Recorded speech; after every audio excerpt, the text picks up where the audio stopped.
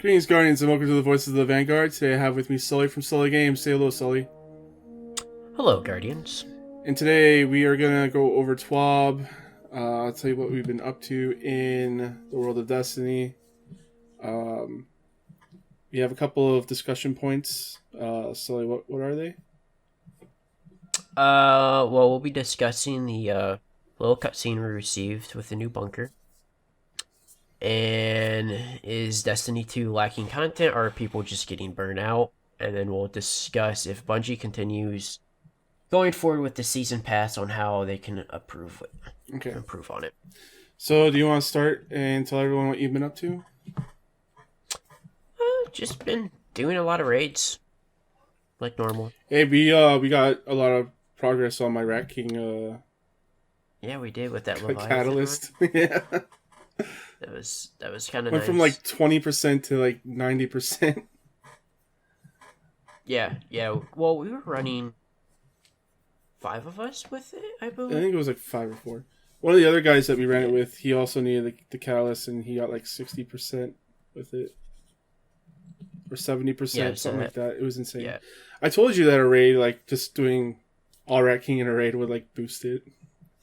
Yeah, that was really nice for you guys to kind of grind out that catalyst, because that catalyst is kind of pain in the You just ass. need other people to do it, and not a lot of people are going to run rat king, right? So Yeah, I feel like that was kind of like just a dumb move their part to make that like evolving other people to use. It's the point of the gun, though. The whole point of the gun is to run it with other people.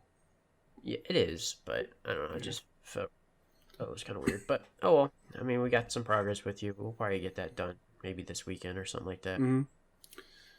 So, but other than that, I don't think I've been up to anything. We unlocked the IO bunker.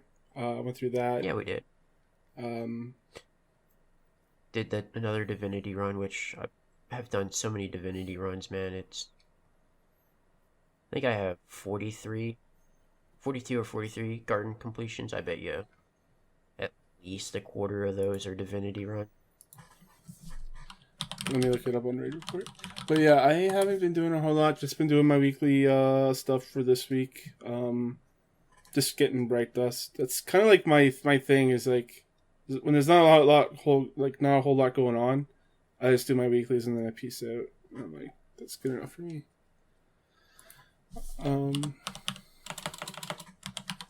Sorry, I'm gonna try and look up your gardening runs. It's 42 or 43. I just don't know how many guard or Divinity runs I have. I don't think It won't tell you how many Divinity, but yeah. So you have 42 clears, and you've done 20 Sherpas. So, like 10 Divinity runs, maybe. See, I feel like the Sherpa. Like, how do they classify a Sherpa? So a Sherpa is the first time, you've done a raid with someone that's done it the first time. So if it's your first time doing Garden, and it's your first time doing Garden, I think that counts 6, because, I don't know. So you can minus 6 from that if you want. But going from there, it's like, if you're doing a raid you've already done with someone that hasn't done it yet, that counts as a Sherpa. Good. So I know there's been a few times where I've done a Divinity run with somebody I've already done a raid. Oh, totally. You've done that with me. But I don't know. I feel like it's probably at least a quarter. My raid clears, because I've done a lot of. Like I did, I think 3 Divinity runs. Just a quarter of your raid clears is like 10.4 or something like that. Yeah. So yeah, I've probably done. I did 3 of them probably just this. So weekend. Like half of your Sherpas. So it's fun. Not really, but it's fun when you have people that actually know what they're doing. Yeah, it's either like with Divinity, it goes really smooth, or for some reason we really struggle at the boss, and it's just want to get this done so this person can have Divinity, and then they don't have to worry about it unless they do another raid. And I'm like, oh hey guys, we're doing a Divinity for somebody else. Yeah, I struggle with doing Sherpas for more than 2 people, it would be rough to do a Sherpa. Yeah, it really is. I want to have at least like 4 people that know what they're doing when I do it. Mm-hmm. Yeah, that's kind of like we had that issue. I think it was Monday night because it was the night that you hopped in. We had 2 brand new people, and like honestly, we did fairly like I don't even remember. I think that raid took almost like 4 hours. Yeah, But we actually did really well at the boss, and I was really surprised about that. yeah. It only Because took us 2 tries. Yeah, well, when I was in there, yeah, because my KD But- was 89, so I only died once. That was the wipe. but Yeah. but on the 3rd phase, like I don't know how many I had to change things up so much because like the 2 new people just they couldn't platform. They kept jumping off the map when they were following the boss. And it was like that was like so frustrating. You said they were because, warlocks like, too, right? yeah, they were warlocks, and it was like so frustrating because they were getting the mechanics down. Mm-hmm. Like they were once like they kind of like because both of them did it for the very first time. That was their first raid for guard, and like after a few times doing eyes, like they got it down, so they're getting the crawl outs right. They're finally hitting, what crit spot to hit, but it was just like so frustrating because like you can't really do anything because they just keep dying because of platforming, and then they didn't have necessarily the right equipment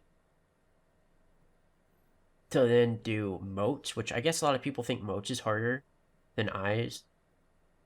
I typically always do moats, but like yeah, I eventually had to swap over and do eyes and move one of them over to moats, and even still like it got to a point I think we finished them all. We had 2 people down when we finished them all. But we were doing excellent DPS, but we just couldn't get to a second phase because we had so many people dead and our timer would run out. I'm just like, so I thought for sure we were gonna struggle at the boss, but that group actually did really well at the boss. It just got to a point where the one person had to log off, and luckily you were still on, and we were able to get Jar Jar his divinity. Mm-hmm. So, but yeah, other than that, I've just been doing raids, divinity runs. And we one phase the consecrated mind or whatever. Yeah, we did. First time ever. Yeah, it was. It was really funny because Divinity. I ran out of xenophage ammo at the end there, and I was like, well, I'm just gonna swap over to my mountaintop and see if this finishes them off, and if it was like the landing blow. Yeah, I don't know if I ran out of xenophage or not, and I just started shooting them with something else. Yeah, I think I did. I think I started shooting with that's because I had my typical PvE loadout right now. I think I had Tranquility, and then I had Recluse, and then Xenophage. Mm-hmm. And I'm pretty sure I was finishing them off with Tranquility. Yeah. So, but yeah, that's cool. Mm-hmm. What else? I think that's about it. I've got Final Fantasy VII Remake, so I'm going to be playing mostly that now. Yeah, I don't blame you there. I like that game quite a bit. I always was a fan of, I think it was 9? 9's really good. I haven't finished it, but I 9. really like what I played of 9. Or maybe was it 10? 10 is the one with the Titus. Or Titus, whatever you want to say. I don't Blitzball. remember I don't remember the main character. I just remember the side character, V. Oh, I think that actually might be Wizard. 13. No, it's not 13. Are you sure? Oh, no, Yeah. Vivi. Yeah, you're right. That is 9. Yeah. That's the Black Mage. Okay. Yeah. Everyone likes him. That was it. That was probably my favorite one that I played. That was the one I probably played the most. What was the girl's name in Final Fantasy 13? Oh, it's gonna drive me nuts. Welcome to your weekly Final Fantasy podcast. Right? We're just gonna But make this yeah, an MMO and just go into Final Fantasy 14. Anyways, I don't remember. that I think could, it's like Vanille or something. Yeah, I could think be it's an Vanille. option, I guess, in the future. Anyways, let's talk about our next topic that we have here. Yes, the cutscene. So the cutscene. Do you want to go first?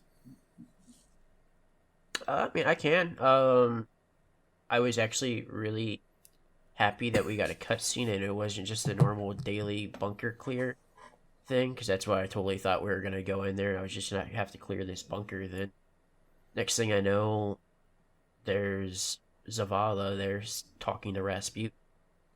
Um, I thought it was a cool little cutscene. It was kind of cool to finally kind of get some like story content slash lore. It was kind of cool to see a little bit of talk between, and it's very brief, of the collapse of the Golden Age. So I thought that was really cool. You get to see the map that, like, basically the back and forth is Zavala understanding what Rasputin has gone through in the Golden Age. Yeah. And how he's seen the darkness come. And we don't know if that map that they showed was current day or if it's or old. Past or future. Yeah. Or whatnot. So, which is kind of really cool that they're like. And let me just say real quick for people that don't know what the map is. It's basically our solar system, but the pyramid ships, the Dorito ships, are surrounding it from all edges. So we're gonna have to fight off a lot of darkness in the future. So I thought that was kind of really cool that they finally were kind of getting, and hopefully, I mean, later on we maybe get like some story missions, because we really still don't know what's coming out for the rest of this season, other than, you know, Grandmaster Nightfall and like Guardian games. But like maybe we get a few story missions to kind of like finish out this the Almighty. So it's kind of cool that we're kind of getting some closure on, because we really haven't heard anything about the after the Almighty after the Red War campaign, because obviously like the Almighty's just still chilling up there. So kind of cool that they're kind of like closing out the Almighty, but we're still getting some more details with the darkness and the Dorito ships, that they're not just completely forgetting about them just because Bungie does so well about bringing in new story and not continuing not it, giving and any just payoff. adding. Yeah, and they just continue to add more and more stuff, but like it's getting to a point to where there's just so much stuff that they need to talk about. Like, you guys can't really afford to. Like, you guys have to start finishing some loose ends before we continue to add more story content. For all my wrestling peeps out there, they like to do dusty finishes, and we all know how bad dusty finishes are. Sorry, we're doing a lot more wrestling content on the website, so it's been on my mind. Right. I know, it's like you got a halo behind you. Yeah. But what was I gonna just think? Shit. No, but okay. So what I was thinking was that the story missions. I think they actually are counting those first time bunker clear as story missions. So Probably. I think we'll probably only get like one more story mission, and that's probably in the end if we do end up blowing up the Almighty. With Rasputin, like either he'll make a weapon or something, and we go there and set a bomb off or something. Yeah, I'm interested to see if they like somehow Rasputin like redirect where the Almighty's go. Hurl it into a Dorito ship. Something. Yeah, That'd be pretty cool. But then there's like still like 10,000 Dorito ships. Mm-hmm. I wonder what type of Dorito, what flavor. Well, they're have. black, so I assume it's sweet chili heat. It's a good flavor. It's my favorite flavor of Dorito, for sure. Good choice. Good choice. All right. So next up we have, is Destiny 2 lacking content, or are people getting dude? I think it's just Destiny 2 lacking content. I don't know where you came up with this question. Well, for me, it's kind of like the two questions are into because I feel like a lot of people are getting burnout, and definitely there is lack of, I guess, reason to do, and I feel like this kind of goes into the next question on how to get into this because Destiny 2 itself actually has a lot of content compared to D1. It does for like Um, new people though. There's not a whole lot for people that have been with the game since launch. So but it's the same thing. And to like, if you would go back into Destiny 1 year 3 and look at it from there as an experienced veteran player, there's still more content in Destiny 2 compared to in D1 because you still have. I actually have some. oh shit, he's got notes. Yes. Because I think a lot of people really forget about how dry content was. Alright, so Destiny 1 had 31 Crucible maps. Destiny 2 has 31 Crucible maps. Destiny 1, which I will say has less raids, but I do feel like the raids are better. Destiny 1 had Fall to Glass, Crota's End, King's Fall, and Wrath of the Machine. So it had 4 raids. And then if you want to count Prison of Elders, which is an in-game activity, which actually is hella fun. Underrated, in my opinion. Destiny 2 has Leviathan, it has Eater, it has Spire, it has Last Wick, it has Scourge, it has Crown, and now it has Garden of Salvation. So it has 7 raids. It's got 7 in-game raids? activities. Yep. Well, and I thought it only had 1. Technically, Guardian. I'm just making a bad joke. well, but I mean that's the same thing until Destiny 1. Destiny 1, whenever the newest raid came out, that was the only raid that really mattered, other than farming exotics in year 1. Because once TTK came out, like, that's where the pinnacles were, just like Guard. And then same thing with Wrath of Machine until I think it was the June update after Rise of Iron. It came out. It was March 22nd. Was the oh.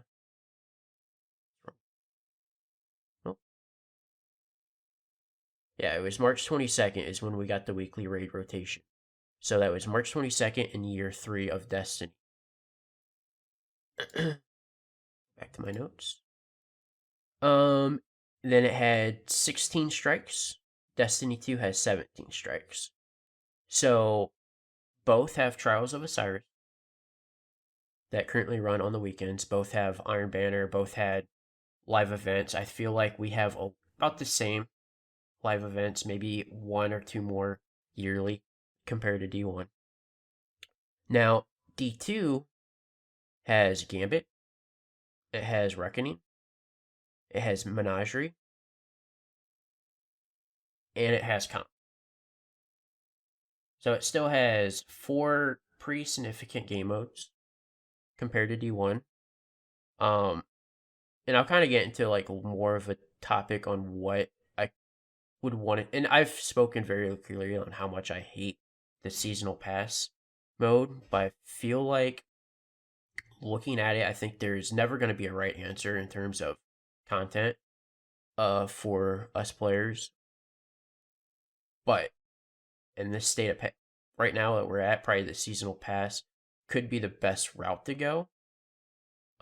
It's just Bungie needs to focus more on what we have now and give us reason, because there's definitely content in the game, but what they need to do is make things challenging and rewarding. Mm-hmm. Is which I think they struggle. So instead of adding more stuff, except for expansions, this should be the only time where they add. Now, back to the Destiny 2 lacking content or getting burnt out. I'm seeing a lot of people, and the reason I brought this up is just seeing a lot of people. I follow a lot of people on Twitter that are Destiny peeps, and they're just talking about, you know, they're just bored, when they fire up Destiny. Granted, that could come to the point of lacking content, but when you see these people, most of them have 1,000 hours of gameplay, like, you're gonna get burnt out with any type. Like, depending on, I mean, even if you have a game that's putting out masses of amount of content, and I'll give a game, for example, Fortnite. Fortnite put out probably some of the most content we've ever seen in a year's span. And even you saw content creators and people were just getting burnt out with it. But yet, that was basically the only thing they played. And obviously, I'm going to assume you're taking the side of just the lack of content. You're not I mean, obviously, you still hop on, but you would say lack of content over burnout. Yeah, I'm just saying lack of content that matters. It feels like there's a lot of stuff to do, but none of it matters. Yeah. That's why when sorry, let me just continue. But I feel like this season, like, I'm just logging on to complete. Like I say, I'm just completing my Bright Dust for the weeks, and then I'm hopping off. There's really nothing else for me to do. I can level up the IO bunker, like force myself to go through that, but I'm eventually gonna level that thing up to max anyways. Like, considering how much I play the game. Trials, there's no reason for me to play Trials because I can never get to 3 wins. I mean, I never touched Trial in Destiny. I could work on my Pinnacles or something else, or do like Heroic Menageries, but I don't feel compelled to do those because I don't really want anything out of that. So I don't know. I feel like there's just a lack of something that matters. Maybe the Grandmasters will get us together to do run those every week. Maybe. But what I try to bring this question into the discussion is, I feel like people really forget the lack of content we saw in Destiny. I mean, after the TTK released, which released in, I believe, 2007. No, it would have been. It was a year after Destiny. In 2016, we didn't see any new content after that until April of 2007. And then we got Rise of Iron, which is, people that haven't played Destiny, is about the same size and similar as into Garden. And then after that, we didn't receive anything until March. So, obviously, like, in terms of trying to bring in fresh content, because they've already kind of talked that obviously, like, it's just not possible to put out DLCs after expansions and release. Like, we've only seen it happen twice, and that was the year after the primary release of Destiny 1 and Destiny 2. The most content we've ever received in a full year was after Forsaken, when we got Season of the Forge, Season of the Drifter, and Season of Opulence. And I don't think we'll ever see that type of content again. Like, never. I mean, they talked about on how much stress that was on their team, and they had 2 more studios helping with that. So that's where I come into, I feel like Destiny 2, and as you said, it lacks reason to play some of this content. And I feel like that's where they need to focus the season pass. Stop with adding a menagerie type event. Give us, and they're kind of already making a route going towards that with how they're going to gatekeep weapons. Now, what you could do now is you make some of these old raids relevant, because all of year 1 raids in Destiny 2, those weapons don't have random rolls. I mean, give us a reason to go back and play Leviathan, Either the Worlds, or Spire of the Stars, which, God, I hate, but if all those weapons had random rules, I mean, that's just something to do for in-game people. Like, I understand it may not necessarily be what want, but I feel like as an alternative, it's probably the best route for Bungie to give us is to somehow have the content that they have already in the game, and instead of adding more, find ways to make it relevant and make it better. Yeah. So if that means one season it's a focus on Gambit, I think the smartest move would be two things. You would find a way to make just it relevant, balance it out, and also be smart. Just get rid of Gambit and Gambit Prime. That's going to help with, one, matchmaking, because now instead of having two separate game modes, you just have one Gambit. And two, that's going to help them with coding, because obviously we know they're having a major issues with doing quality control with this game. So they've talked about in the past how they want to get rid of Gambit, keep Gambit Prime, and make that the only Gambit play mode. So, which is fine. I think that's another thing is where they need to go and look. Okay, we know we don't have this. We're struggling with quality control. So one, let's find ways to improve something and remove something. Nightfalls. There is realistically no reason to have five. Is there 5 or 6 Nightfalls? Power levels. So I think it's 920. There's a 750. Is there a 750? There's a 750, 920, 980, 1000, 1030, and then the next one's going to be 1060, right? Okay, so remove the 750 and the 920, or whatever the second one. Just remove them. That eliminates matchmaking. So you want no matchmaking for those then? No, well, none, because I feel like that separates your Vanguard strikes of people just doing normal Vanguard strikes and not equipping mods. Well, I mean, like, okay, so like I load into like a 920 Nightfall sometimes, just because you're talking about the seasonal right. Mods, sometimes I don't wear the mods. I'm just too lazy. And then when I'm going through it and no one else has the mod on, I'm like, all right, I'll put the mod on. Fine. That too, you could do that, but like at the same time, there's just no point of having. It's basically 2 matchmaking strike playlists. Like there just really isn't, a need for it, other than that you have. Why have a 750 Nightfall?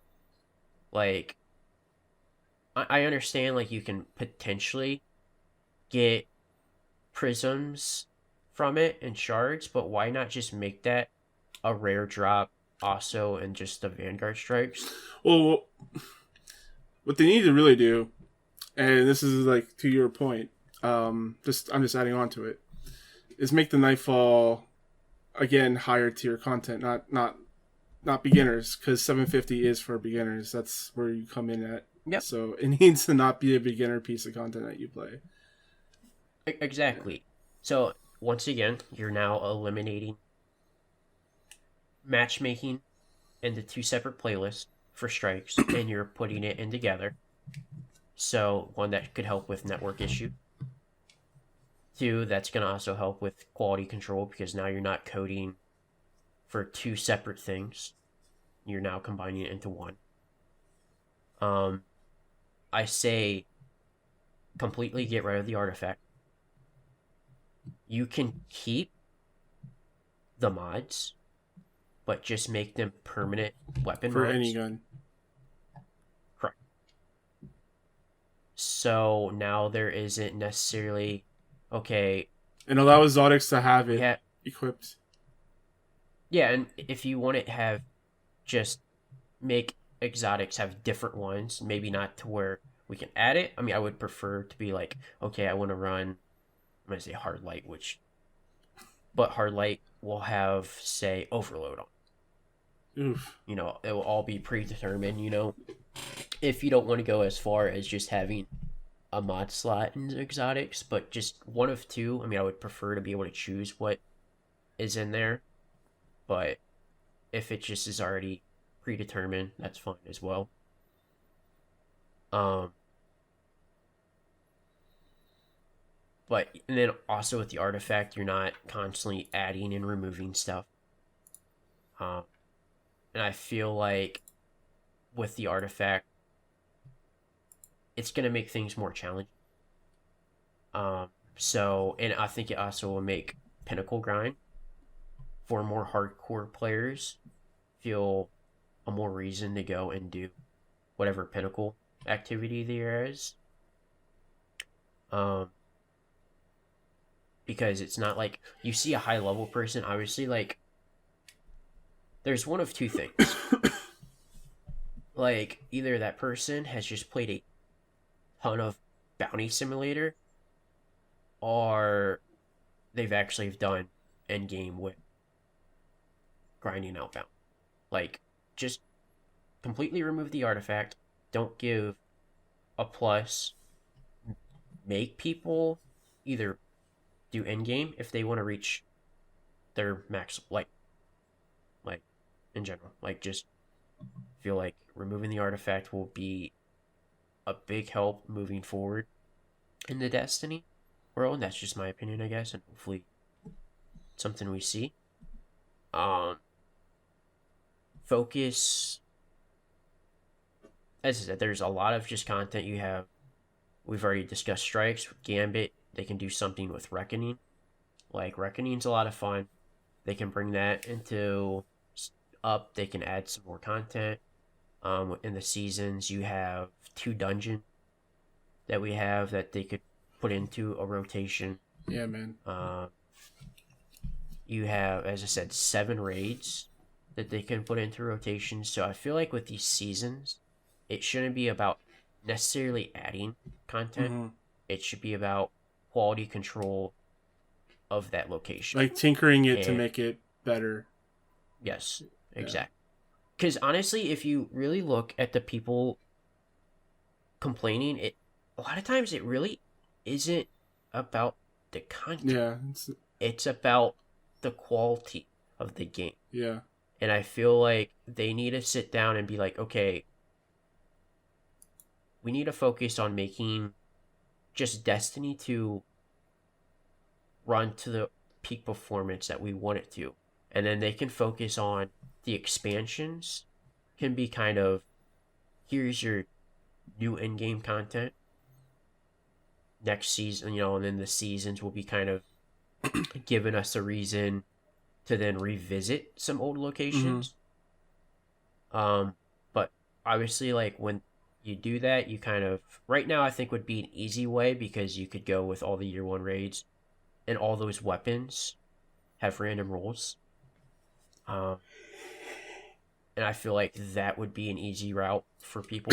Like, okay, how often do people run Leviathan? You know, when was the last time some people run Leviathan? Doesn't happen too often. It gives a lot of the community go back and run Leviathan, run Eater, run Spire, because guess what? Like, obviously, no, there isn't necessarily new loot, but some of these weapons will have random rolls. And after this next expansion, obviously, they're going to probably time gate weapons. So probably a lot of the year 1 raid weapons that you might already have, you can't bring up the power. On top of that, won't have rolls. Mm-hmm. But that's something I would like to see with them going forward with seasons, because, like, obviously looking at the past, like, they don't really add content too often. So we're still receiving more content right now than we did in year 3 in Destiny. It may not seem like it, but in general, it's a lot more content than what we received. Because, I mean, it was stale after Rise of Iron. Like, The only thing that literally kept me playing was I really enjoyed playing Crucible with Jake. That was basically it, and that I enjoy the game. Now, I think right now in this point, I really enjoy just doing a lot of raid Sherpas. Mm-hmm. But I think the focus for Bungie, and I really hope that we do this, is instead of season pass, of adding more content, and also like you have a lot of NPCs that where they could do little lore quest lines for. Yeah, there's Like that's reasoning to go and do Gambit, and you have like the drift. there's a lot of NPCs that are Yep. doing nothing.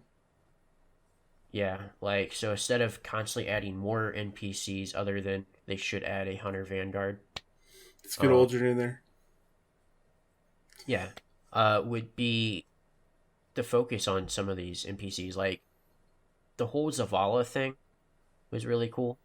Like they could do that stuff with those seasons. Like don't make it major, but I think what their seasons, it needs to be seasons of quality control, fixing the game, make the game run better. And I feel like people will be happier with that than just doing bounty grinds for bunkers or bounty grinds for frac.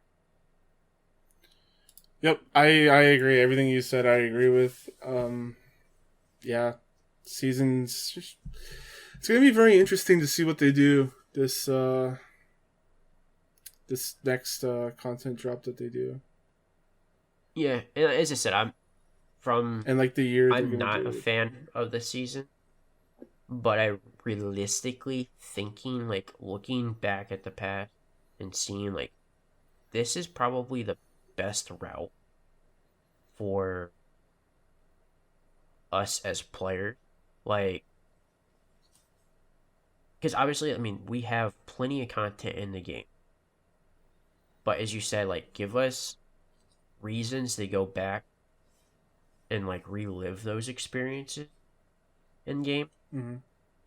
And we probably add, because how many weapons do you think we've received this season? You mean new weapons? Yeah.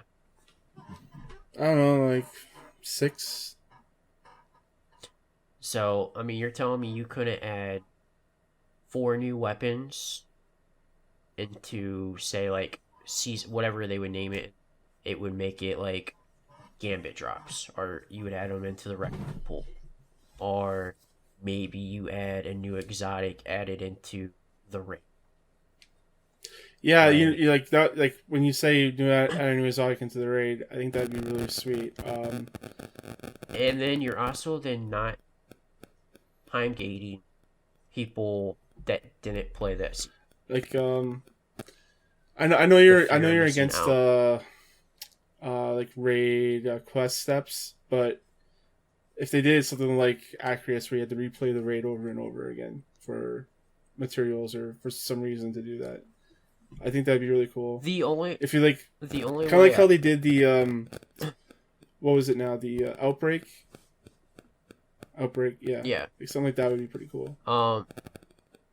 As long as it wasn't once again I'm very against exotic quest lines because I feel like they make exotics, Too easy. they don't feel exotic Yeah. anymore because like everybody just they're so Yeah, easy it's easier to to get. get. Yeah. Now, if they would do that and they would tie it into like the lore of that season, I would be okay with that. And then that would also mean like it wasn't tied, say like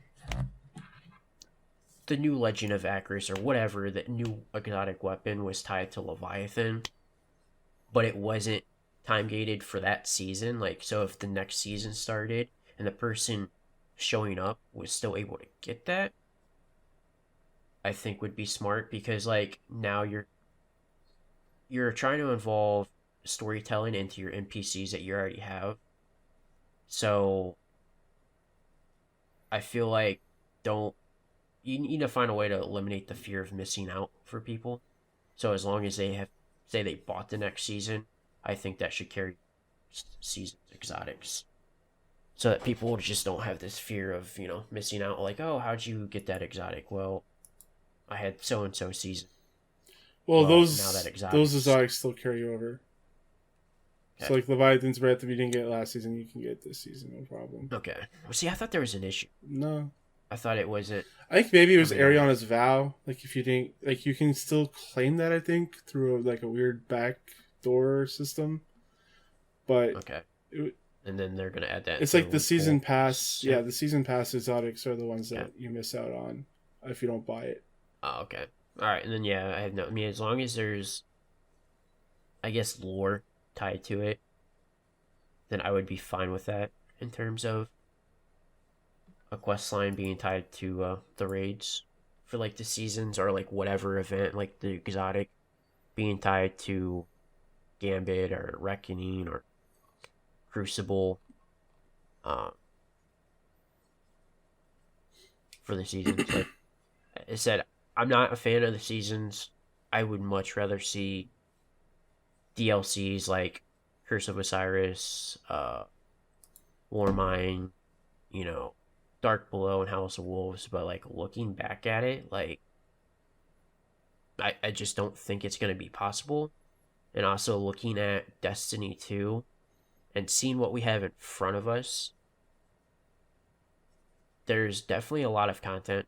It just Bungie should focus more on going back and be like, okay, Leviathan or these old raids are going to be a big focus, or Reckoning, Gambit, you know. And while we're doing this, okay, we're eliminating stuff, so then it helps them in terms of developing because now there's less quality, hopefully less quality control issues. They're not constantly adding more and more stuff to then break their game because obviously that is an issue. This has to be a focus of the team. Be like, okay, we are having an issue with quality of control. We're having an issue with networking.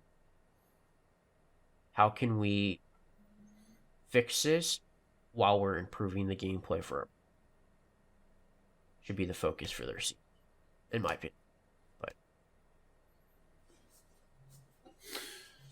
Okay, I think that was a pretty good discussion. Or you just ranting, pretty much. yeah, pretty much me ranting. But I thought that was It's just really good. Yeah, so that includes both of our topics of the Destiny 2 lacking content or people getting burnt out and Bungie which improved kind the season pass. and it kind of answers a few questions from our community. Well, and then we'll go. It kind of does, but for one of them. We'll get around to it. So let's talk about the TWAB this week. Wow. So this week at Bungie, the final bunker opened. Third and final Seraph bunker has opened on IO. New bunker appoints players to partake in a Seraph Tower event in the legendary Lost Sectors on the Jovian Moon. Guardians also made a new discovery in the bunker about Rasputin's efforts to track our enemies. We're 1 month into Season of the Worthy and we're not done yet. Grandmaster Ordeal is only a few weeks away. But before we share more on that, let's talk about the new charity initiative. So, making a difference. As the world responds to the outbreak of COVID-19, many of us have been urged by our local governments to stay home. Containing the spread of the virus is one of the best things we can do to protect our fellow humans. If you're a gamer and you've been training for this moment your whole life, if you possess the heart of a guardian, however, you might be wrestling with the urge to do more. This is the question we've been asking ourselves at Bungie. Is there something more we can do to help the real world? Heroes who are confronting this crisis head on. We've arrived at an answer, and we think this is very exciting. We'd like to share it with you, and even welcome you to join us in helping to make the world a better place. On Monday, you're invited to join us in our game rooms to talk about it. So players of Bungie games have never backed down from a fight. We've banded together to support survivors of floods, earthquakes, wildfires. You may even have a memento to commemorate the role you played in some of those initiatives.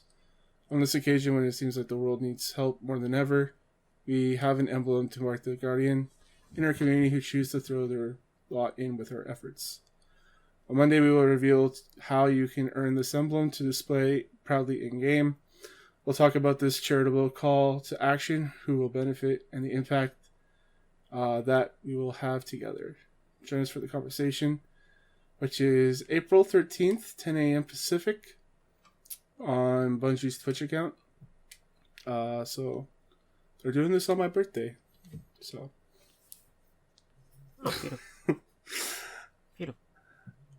You'd be like, what, 22? Yeah, 22. Yeah, let's just go with that. God, I wish I was 22. Fuck. I wasted my... Never mind. That's for another my podcast, youth, another it's been wasted. No, I'm kidding. So Grandmaster Night Falls. In a few weeks, we'll debut a new difficulty selection for the ordeal called Grandmaster. It will test your fire team's coordination, communication, builds, and skill like no other activity. Here's a look at a few of the goals that we have approaching Grandmaster after we saw how the rest of the ordeal was received. So Grandmasters should build on Master difficulty, but will be significantly more challenging. Once you reach a certain bar, the challenge should be found completely in perfecting your builds, communication, and execution. The primary rewards should be doled out on initial completion.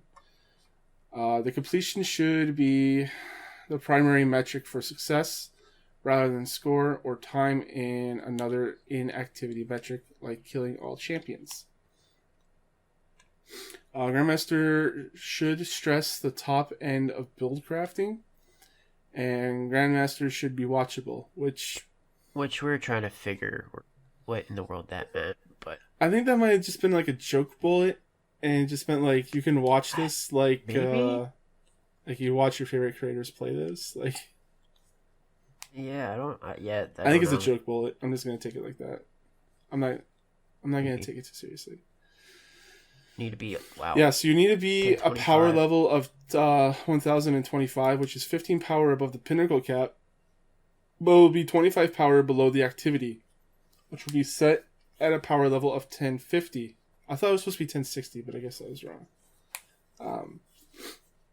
We're also going to have something similar to the contest mode we've introduced in Crown of Sorrow. You'll gain no extra advantage for being higher than 1025. We wanted to require a mixture of pinnacle rewards and artifact power to get you prepared for this, but not make you feel like you had to put in a ton of extra hours over leveling the activity. Yeah, that's crazy, dude. I don't know. This is gonna be tough. I love it. Yeah. We're introducing some new modifiers along with some familiar ones, including Extinguish. If your team wipes, it sends you back to orbit. Limited revives. So you start with a small pool of shared team revives, and you get more every time you kill a champion. You don't want to spoil everything, so there are a few other wrinkles we'll let you discover when it goes live. Does this sound like a worthy challenge so far? We hope it does, and as a reward, you'll have increased chances of being awarded exotic armor and masterworking materials. Great. But the main draw of the mode is the new seal and title, available beating each other Grandmaster ordeal strikes once the season. Once during the season, Conqueror. We want this to be one of the most challenging titles to get, but we want it to be approachable for anyone who tries to put in the time and dedication with their team during the giving season. Grandmaster Ordeal begins on April 21st. I mean, it sounds nice and challenging.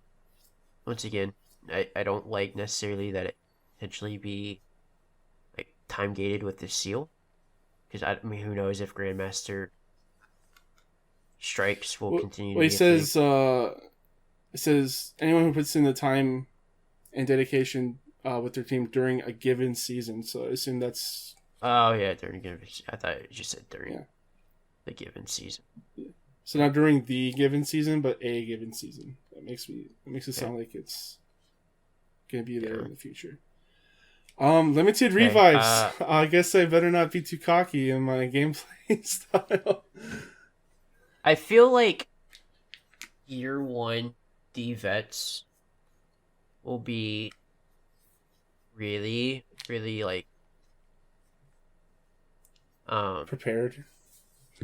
Prepared for this because we were kind of set with this. Obviously, we didn't really have the limited revives, which I kind of have like a love-hate relationship with this move.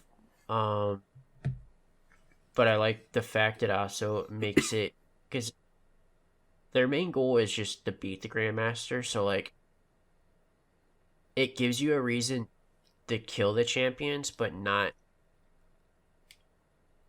instead of skipping them, since you don't really need to kill everything, just you need to complete it. So like that one champion, like giving you that one more res could be like really huge. Mm-hmm. It's gonna be tough. So yeah, I have a love-hate relationship with that. So, but I do like the fact that it definitely is going to be challenging. Mm-hmm. So I feel like I could be definitely in the future be doing some Grandmaster Nightfall carries, just because I feel like it's going to be a heck of a lot easier to find 2 other Guardians than finding 5 Guardians.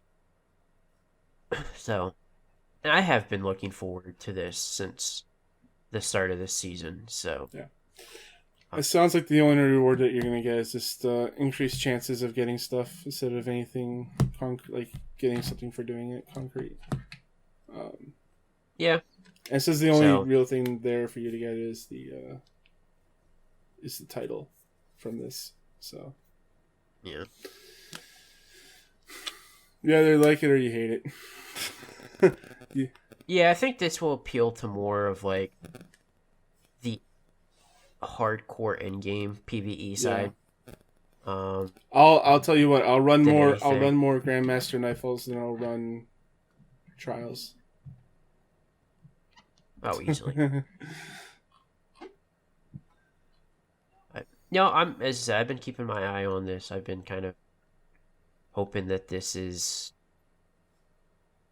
a nice experience for the rest of the season for me, but I guess we'll have to wait 12 more days. All right, and Sully's favorite game mode is coming back, Iron Banner.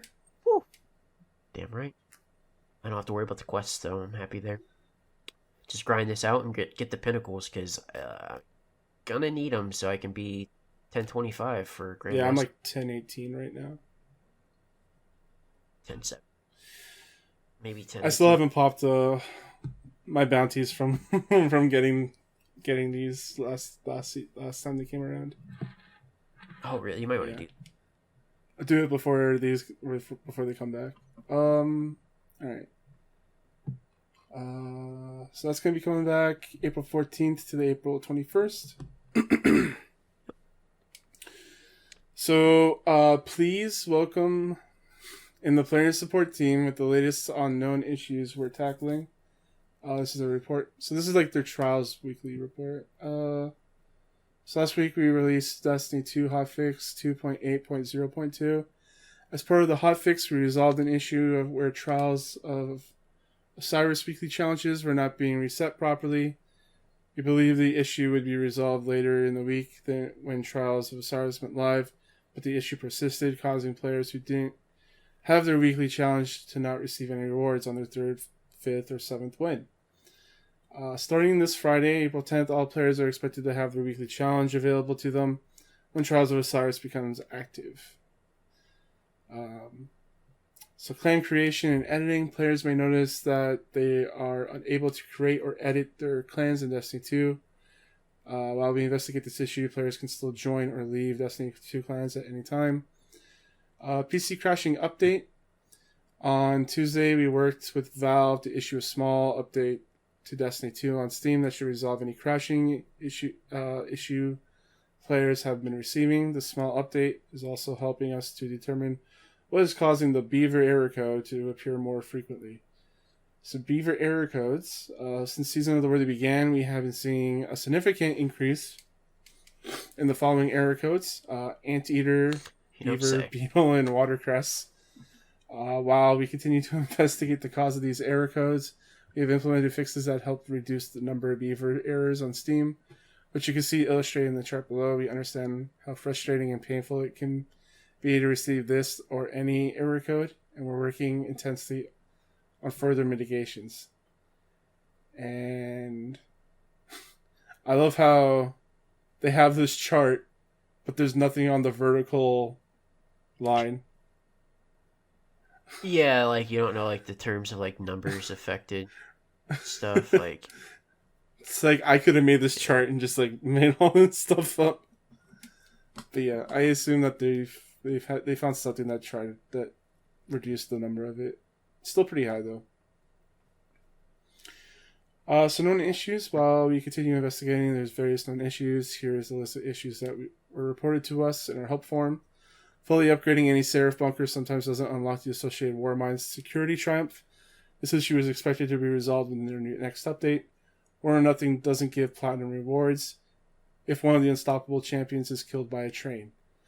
The dynamic charge perk doesn't activate on symmetry if shot through Citan's ramparts. Assisted assault barricade. Did you see that, by the way? The gif of unstoppable champion getting destroyed by a train? I did not. It was pretty sweet. You know the part where there's the two trains on the sides? And you're supposed to like run down and the train comes by. Anyways, the ogre got hit by a train and then that bounced it all the way to the other side of the tracks and got hit by another train. I'll have to look it up. It was pretty funny. And the title of it was like, I didn't know trains had 1-2 punch or something like that. Okay, I'll have to look it up. Yeah, and then your videos of the week, and that's it.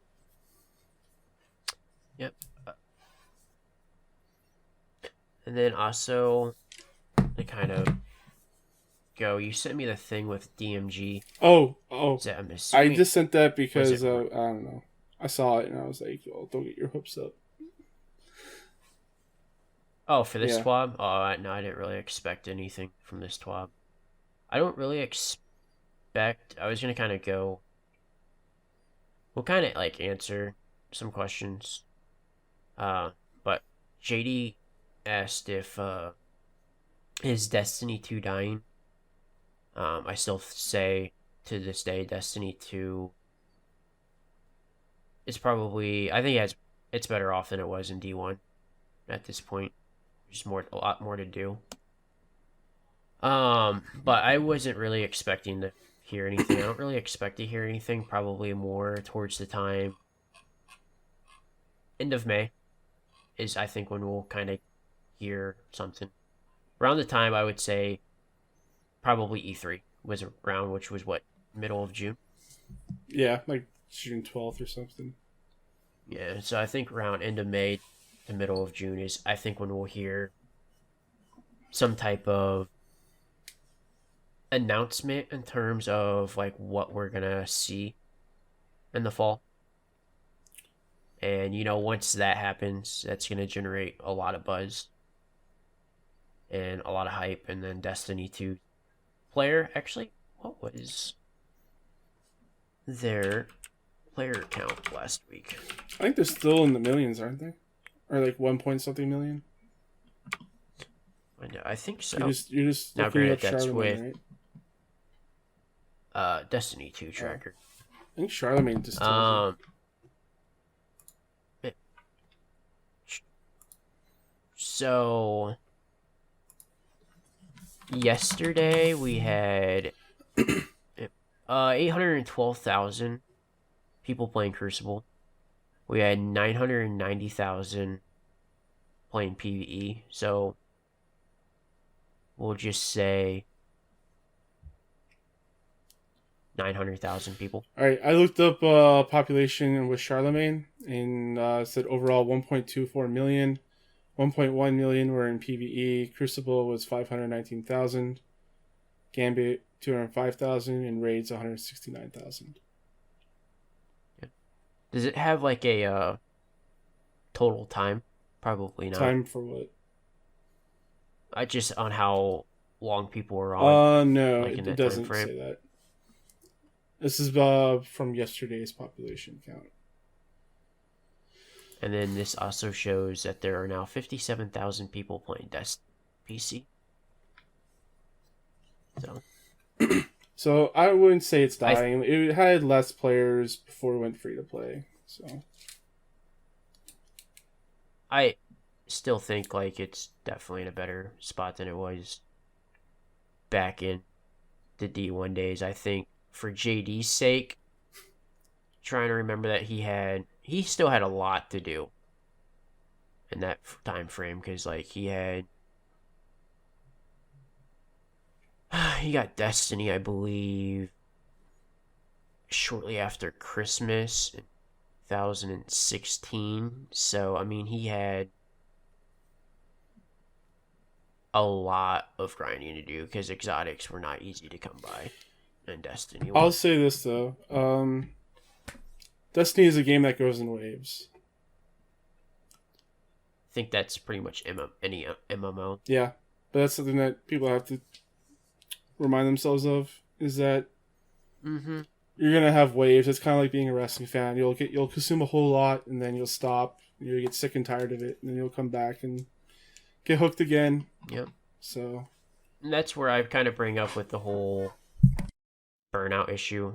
Somebody who did take a fairly long break.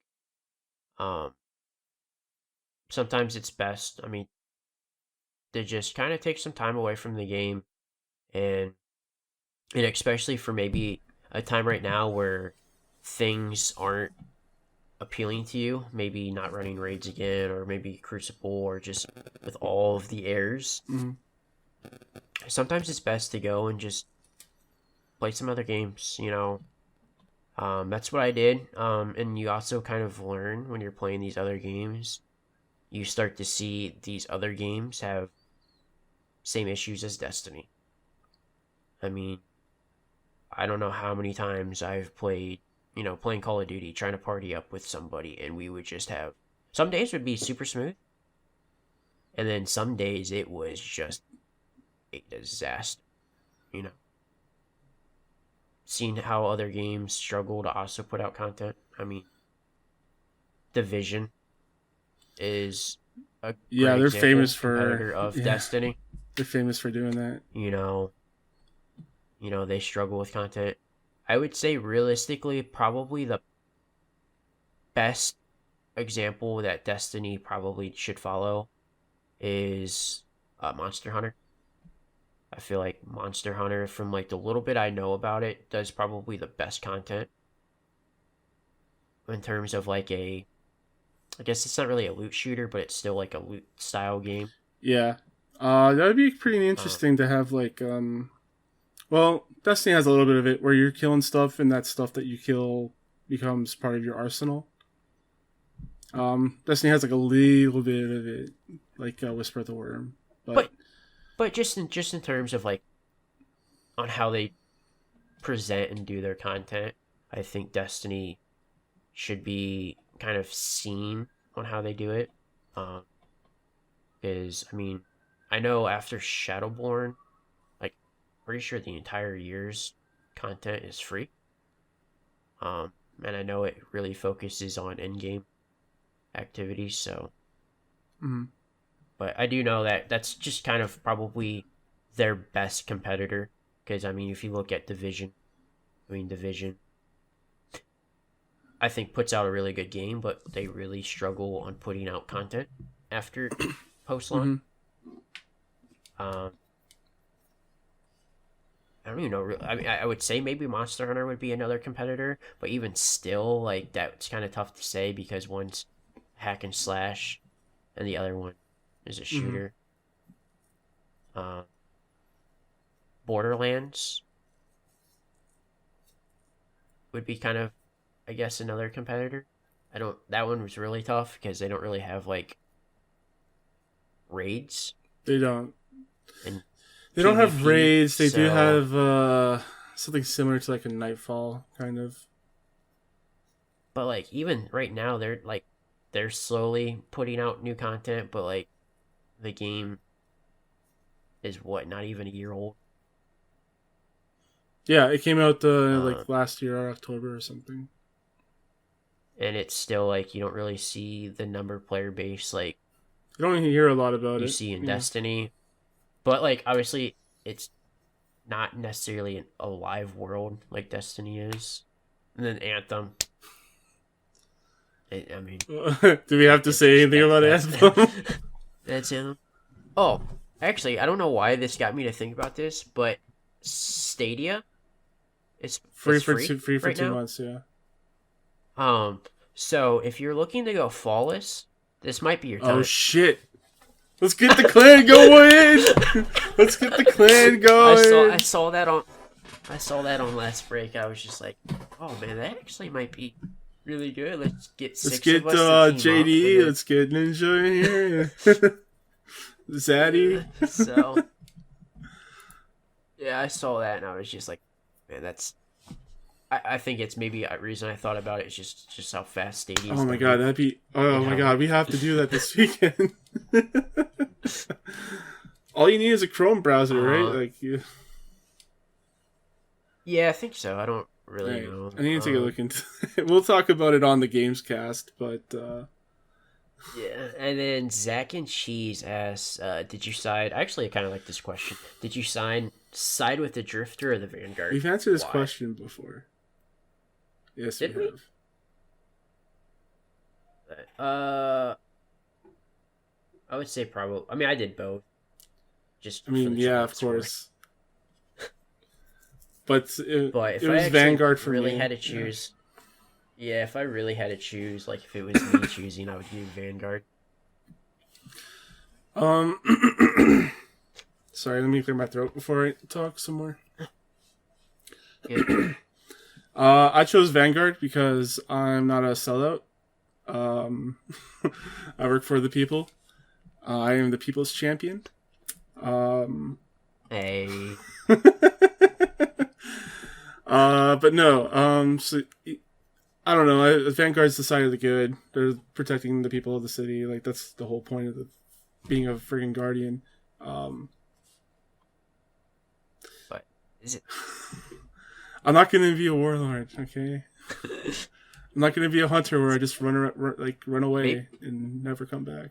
Maybe we are truly the darkness. No. The traveler's bad. Look at the ships. They're giant evil Doritos. Yeah. They're Doritos. Everybody loves Doritos, especially the Cool Ranch one. If the darkness is Doritos, what is the light? Like it's a round white ball. So what else is that? Is it a Jawbreaker? I don't know. A white ball. I mean, I guess it would be, really no, can't. Well, so maybe what's it called? I can't remember. Maybe I can't remember what they're called.